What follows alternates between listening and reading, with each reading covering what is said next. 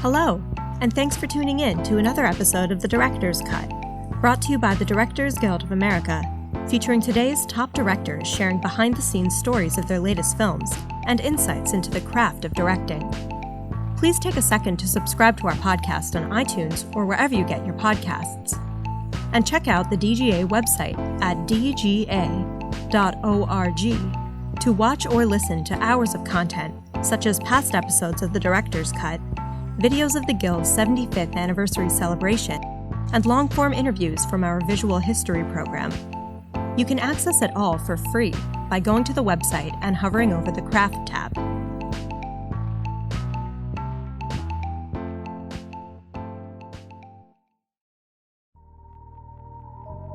This episode takes us behind the scenes of director Shana Feste's new comedic drama, Boundaries.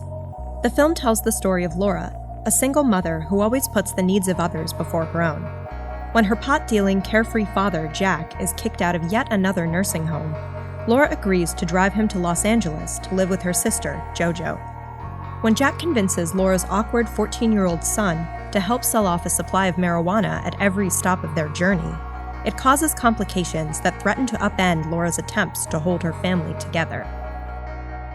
In addition to Boundaries, Ms. Feste's credits include the feature films Endless Love, Country Strong, and The Greatest, and the video short Tim McGraw and Gwyneth Paltrow, Me and Tennessee. Following a recent screening of the film at the DGA Theater in Los Angeles, Ms. Feste spoke with director Jake Kasdan about filming Boundaries. During their discussion, Ms. Feste talks about investigating her relationship with parenting for the film, how scouting was a crucial component to designing the look of the film, and why she describes the experience of watching the film like seeing a journal entry on the big screen. Hello. All right. Hi, Jake. Hi. Hello. Thanks for sticking around to talk to Shana about this movie, which we're good friends in real life and non-professional life, but this is the first time I've seen this movie, and I just loved it so much. So one more big round of applause quickly for Shana. Thank you. Thank you. Yeah, it turned out so great, I think. I just loved it. Thank you. Yeah. So a lot of stuff I'm going to ask you about, but we can start maybe quickly. So this movie, yes, very, very different than any other movie you've made in a lot of ways, I think. But I'll let you talk about that a little bit, but can you go back to, this is a script that you wrote and a movie you directed. Can you go back to sort of the moment where you decided to do this, to tell this story, and what was sort of going on with you right then?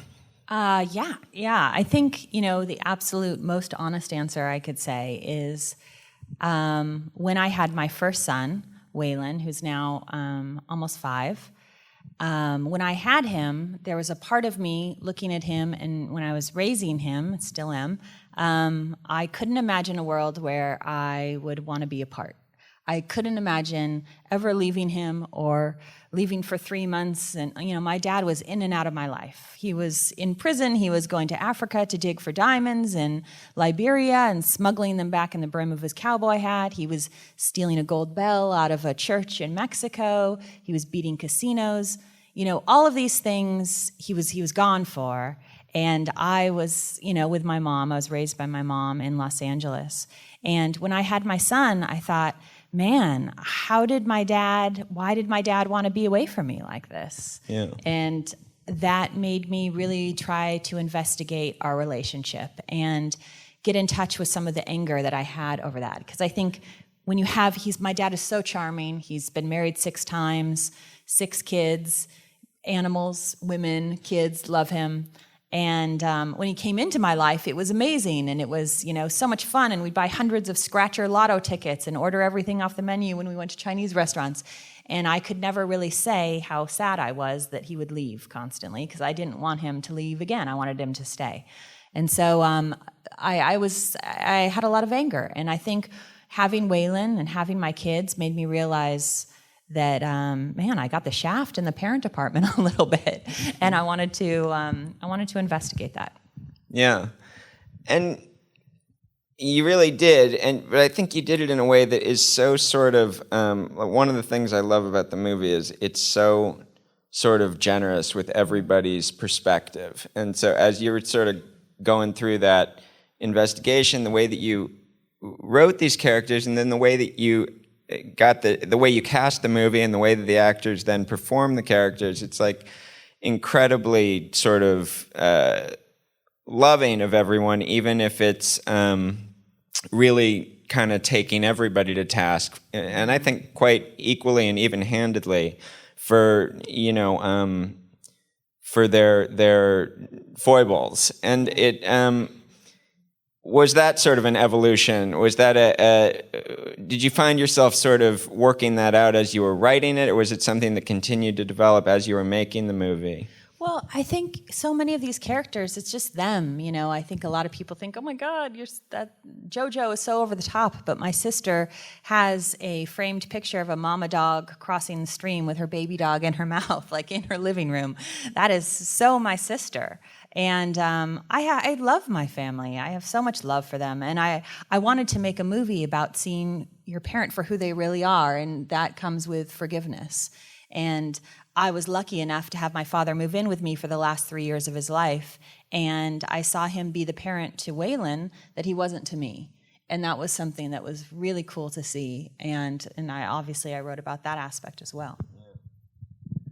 And the writing of it, because it's so personal, did that make it easier or more complicated as a sort of writing endeavor? Well, probably it was hard just because I'm the worst character. So Vera is me, and I'm this just like, I don't know, maybe she's not the worst character, but I feel like she probably is. I mean, everybody's like, she's so over the top. And I'm like, oh my God, I do have that many animals, and I have rescued those guys. Yeah, being close to the material is tough, and at times it was quite emotional because you also get to, and I don't know if you do this in your writing, but you get to write scenes that didn't happen in your life. Yeah. Like, the scene where Vera confronts her father and says, I spent my entire childhood scared. Well, that's how I spent my childhood, and I never got to say that to my dad, and my dad never got to say, I'm sorry you were scared. So I think that's something that's kind of therapeutic about the process. But at the end of the day, I really did want to make something hopeful. I just feel like, with all this in the world right now, it would be nice to have some hope, and I wanted to concentrate on that. Yeah, and how long? When was that you? It was. You said it was when Waylon was born, so it was. So almost 5 years ago. 5 years ago. Yeah. And the writing of it, how long did that take? The writing of it, pretty short. It was pretty easy for me to write this. So probably I wrote it in a few months. Yeah. And then, casting was difficult. My father he was alive when I was casting it, so he had a lot of opinions about who should play him. Who did he want? He wanted Jeff Bridges. No, he wanted Willie Nelson. He used to always get mistaken for Willie Nelson. So he was right in the conversations as this was developing. I never gave him the script to read, though. I was a little scared. I don't know why. I just still, I guess the little girl in me was still scared to give it to him. Uh-huh. But he knew I was making this, and he's in the film. Yeah. He's in the drug deal. He Christopher Plummer buys weed from him. And he buys weed from Christopher Plummer. And he was so funny on that day because I had to direct him.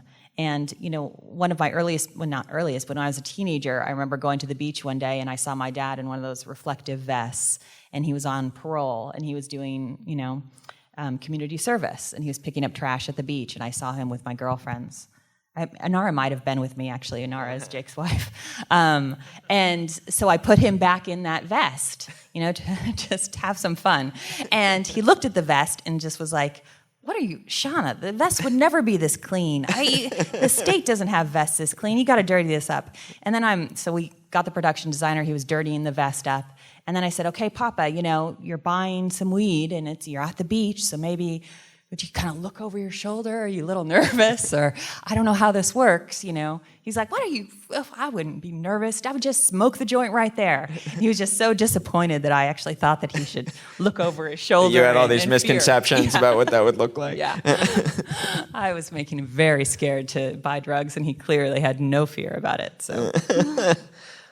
And did you know at the point where you had this script that this would be a movie that you were going to try to make independently? Was there you were approaching it that way from the beginning? Yeah, because I really wanted my husband to produce it. My husband is, he produces a lot of indies, and I knew I could trust my husband. You know, I knew implicitly that he would fight for everything in this movie. Yeah. And I think it's really hard to get movies like this made right now. Boy, I mean, yeah. it's at the end of the day, it's a kind of character-driven drama. I mean, they're really hard to get made. Yeah, really. It's the kind of movie that's, in danger of extinction a little bit, and it's just incredibly crucial that people keep making them and making them about really personal things. And this movie does such a great job of getting really detailed about something you know so well and that's so close to you, and then hitting this like much bigger set of themes that are incredibly relatable, I think. Does it you had come out of 2 studio movies right before that, right? Yeah. And then your first movie had also been an independent movie. Yeah. And can you characterize what that difference has been like for you? I know it's different for everybody. Yeah, for me, it's the world of difference. I had 2 kind of cliche studio experiences, just the first, I made a Country Strong with Clint Culpepper at Screen Gems, and that was really horrifying. Thing, yeah, it was really hard experience. Yeah. And then Endless Love, I had I think 9 producers. So it was just They were all lovely producers on their own, but there was too many of us. It was kind of like filmmaking by committee. Right. And so this film was the first that and the greatest as well. But I got to cast whoever I wanted. No one rewrote me. It was hard. We shot like 10 pages a day with a minor, with animals, with Christopher Plummer, who was actually so incredibly amazing and never missed a single line, and an old Rolls Royce that, broke down constantly. We had 2 of them. So I literally did everything you should not do when you're making an indie film, and like 50 locations, Actually 10 pages a day? Yeah, we were shooting. I mean, I overwrote that script, I guess, now. So how many days was it, the shoot? 22. Wow, you got a lot of movie made in that time. And the driving is all... We did 1 day down the coast with just no actors, just the car. My dog Loretta is in the movie. I usually bring her to Q&As. Sorry, guys. And Loretta, she was in the car. Yeah, she was great. Thank you. And the driving was all real, process trailer? Yes, yeah. Okay, so go back to the casting a little bit. So how did you... what was that process like? Did you start with Vera? We started with Christopher, actually, and then once we got Chris, it was like a magnet. Everybody wanted to work with him. It was so easy to cast the rest of the film. Yeah, and so he was the first in, and then you. What was that like? Getting to talk to, sort of starting that process with him? I remember exactly where I was when I had my first conversation with him. I was in the alley. I had just dropped my kids off at school, and I was in the alley talking to him, and it was one of those moments where you're like, how do I sound smart? Like, how do I convince this man? I was just so overwhelmingly nervous and scared to talk to him, and incredibly nervous to even direct him, because you're thinking, like, what can I add possibly to what you're doing? I will never forget the camera test we did with him. It was my first day of actually meeting him in person. We had gone to dinner a few nights before. And I said, Chris, would you mind? We're just going to test this lens, because we were using these old anamorphic lenses. And I said, just if you could walk from here to there. And my DP and I, Sarah, we just were watching, and he started walking across the room. And we just were leaning in, like, oh my God. It was just, he just sticks to the screen in such an amazing way. He was doing absolutely nothing, and we couldn't take our eyes off of him. Yeah. And that was one of those moments where I looked at Sarah, and we were just giddy with excitement. Like, we get to work with him. This is so amazing. Yeah. Like when great actors just start doing it. It's incredible. It's like effortless. It is so effortless. Yeah. And what was that like over the course of the movie with him in terms of a process with him? Because if you're doing that kind of page count, you're doing the major, huge amounts of dialogue every day. Yeah. So they got to come to play, I guess, all of them. Oh yeah, I mean, and Chris more than anyone, he has like this theater brain because he's so trained, and he never missed a single line. So the page count was actually it was easier to do because all of our actors were so prepared. It was just hard with all the animals because in this film, I think I'm asking the hardest thing for animals to do, which is to do nothing and be naturalistic, So all of the animals, when we were first auditioning animals, could, do cartwheels and whatever, do all these dog tricks. And those are not the animals that I was interested in because they were all purebreds and perfect. And I wanted like the scrappy, unadoptable ones. And so much of our time was actually spent waiting for animals to fall asleep on a bed that we would waste just hours. Everybody would have to be incredibly quiet. No one could talk on set. We would put the animals on the bed. We would all just hold still and not move or like look down. And then slowly, one by one, they would drop. And then we'd call action and put the actors in, and we would maybe get one take, Oh my gosh. Yeah. And it's like, it's so stressful even to think about, honestly. Because it's such a kind of like constant texture through the movie. I mean, the feeling is that they're in every shot practically. We tried to put an animal in every shot, yes. Yeah. But it means you're just like dealing with it every second, and it is completely invisible in the movie. And that part of it, the work of it just seems totally organic. Does that mean there's like trainers off frame all the time? Yes, you're in the car. We had a trainer on everybody's feet. There was a trainer, just like crumpled up in this little tiny ball. So every car scene, there's 3 animal trainers in the car with them. Oh my gosh. In this hot, non-air conditioned car with Christopher Plummer, Vera, 5 dogs, and Lewis in the back. Doing multiple performances per run kind of thing? Oh yeah, me just barking into that horrible microphone, and just, How many of the days were in the car? I think we had probably 5 days in the car, so a full week in the car. Yeah. That you did consecutively? Yeah, so it was a nightmare. That's the worst. Brutal, yeah. And how about Lewis? He's great. Where did he come into? He's Scottish, and he had done a Monster Calls, which I had never seen. It hadn't come out then, so I hadn't seen it. So I actually auditioned him just through tape. He had sent a tape over. I watched it and fell in love with him, and my husband was like, come on, we have to get a visa. He's Scottish. We can't even afford a dialect coach. Like, there are hundreds of lovely American boys to cast. But I really fell for Lewis. I mean, he had suffered a lot of his own kind of trauma in his life, and I could just see it behind his eyes. He's so sensitive and empathetic. So the first time I met him in person was when he came for rehearsals. Wow. Yeah. And then was just right in it in every scene, really. In every scene, and I think the animals helped him a lot, actually, because we always put an animal in his hand, and that really, it just took his focus away from what he was doing. It really calmed him, and he loves dogs, so he was so happy. God, we got lucky. He was so happy in that back seat with all those dogs. Yeah. And he's an actual child, right? Yes, he was 13, yeah.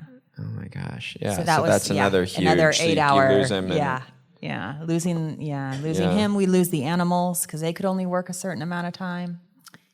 Yeah, where did you shoot it? We shot in Vancouver. The whole thing, though? The whole thing. We did one day in LA at the very end, kind of pickup day, and then we did a drive down the coast, which took about 2 days.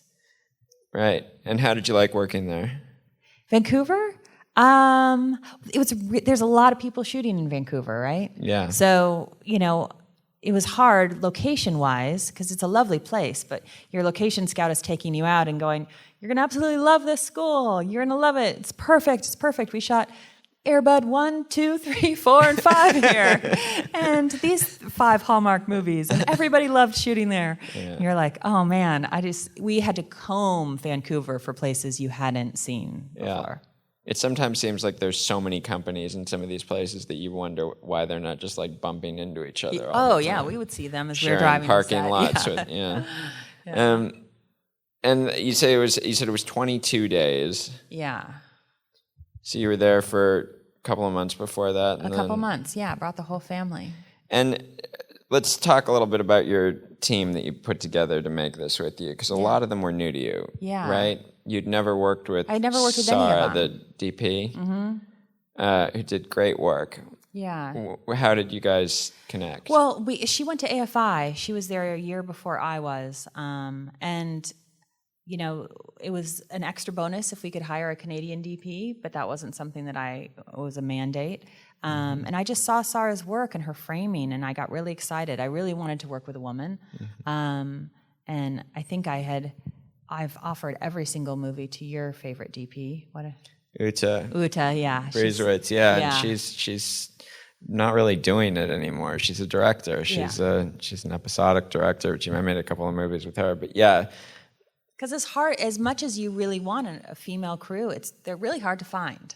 Really hard to find. It's the way that this has carried out over time is that there's just fewer people, and increasingly great that there are more and more people actually actively seeking out great people. Yeah.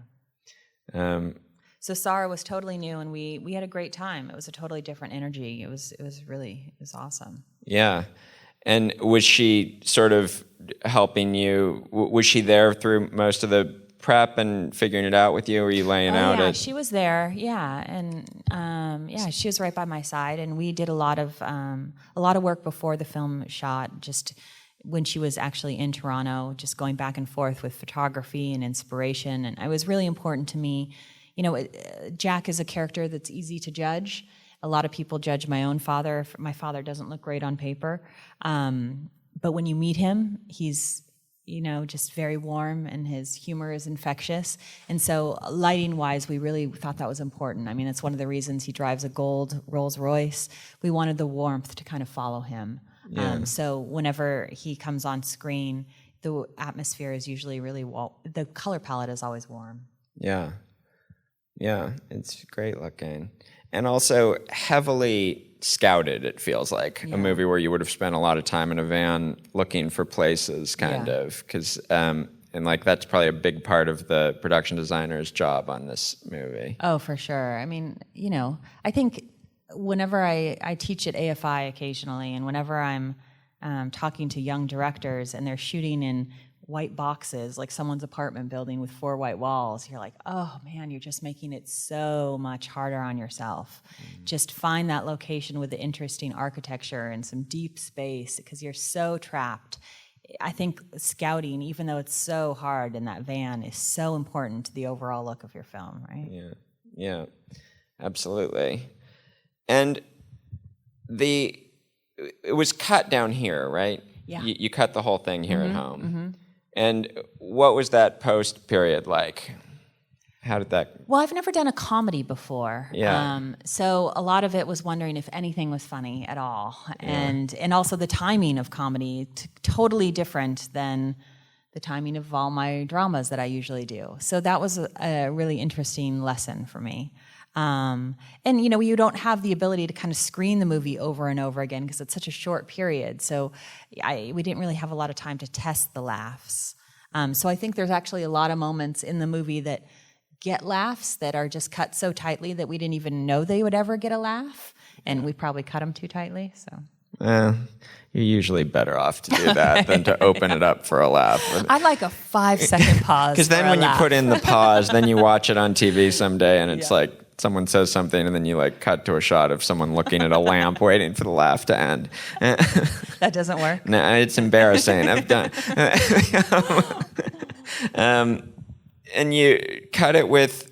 It looks like there were a couple people worked on it over the course of it. Yeah. We were, we lost a lot of people to. Well, the first editor that we worked with, we were on 2 different pages, unfortunately. But then I hired a French woman named Marie, and she came from Denmark. She was living in Denmark, and she barely spoke English, and she was absolutely amazing. Yeah. That's great. And so that was a relatively compact post period, probably. And then you started into the sort of like a festival world kind of with it? Yeah, we showed it early to Sony Classics, and they saw it. They were the first people to see it, and they bought it. Yeah, that's great. Yeah, so lucky. Yeah. Because Sony had been a different part of Sony had been we had one made of the film with Sony Worldwide, so they financed it. And I think Tom and Michael Barker had called about it a few times just because the cast is really interesting and a great classics cast. Yeah. So they had called and asked to see it. And then when we finally did, when the film was finished, we showed it to them. And it actually, they waited quite a bit to put it out, which I was kind of bummed about because I really want your movie out in the world. But then Christopher Plummer got nominated for an Oscar and all this wonderful things happened with him. And so it felt actually great. Yeah, the timing actually worked out. That's great.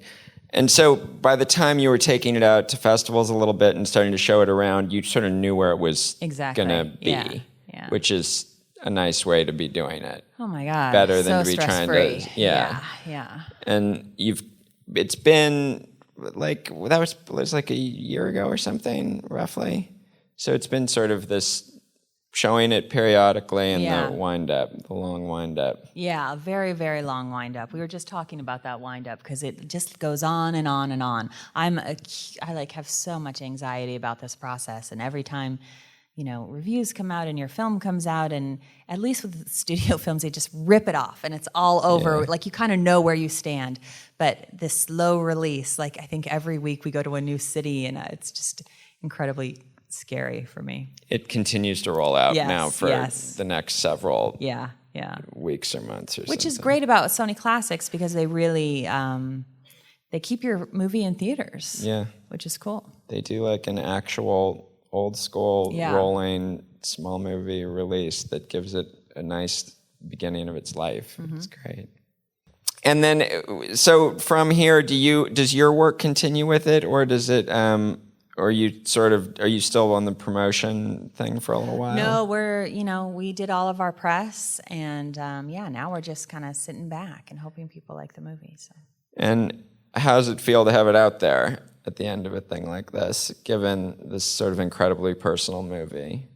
I think it's like having a journal entry up there in the world for the world to read. I think the really scary thing is people come to me after that know me very well and are like, that film was so you, that felt like you, which is something I think on Endless Love I had felt my voice kind of disappearing as an artist. It was just getting, by the time I was finished with Endless Love, I didn't even know, I would watch a scene and I wouldn't know if it worked or not anymore. I would kind of it was the strangest, most horrible feeling for an artist to not know, to not see or hear your voice anymore. And with this film, I just felt like, okay, I'm hearing my voice again in this, and that feels incredible. And so as scary as that is to put something out like that out in the world, it's also really gratifying. Yeah, I can imagine. Well, it completely comes through. It's just such it's a fantastic execution of exactly that thing, and it does sound like you, and it feels like you, and I feel like you've just done a great thing here. So congratulations on it. Thank you, Jake. All right, Shana Feste, folks. Thanks for hanging out.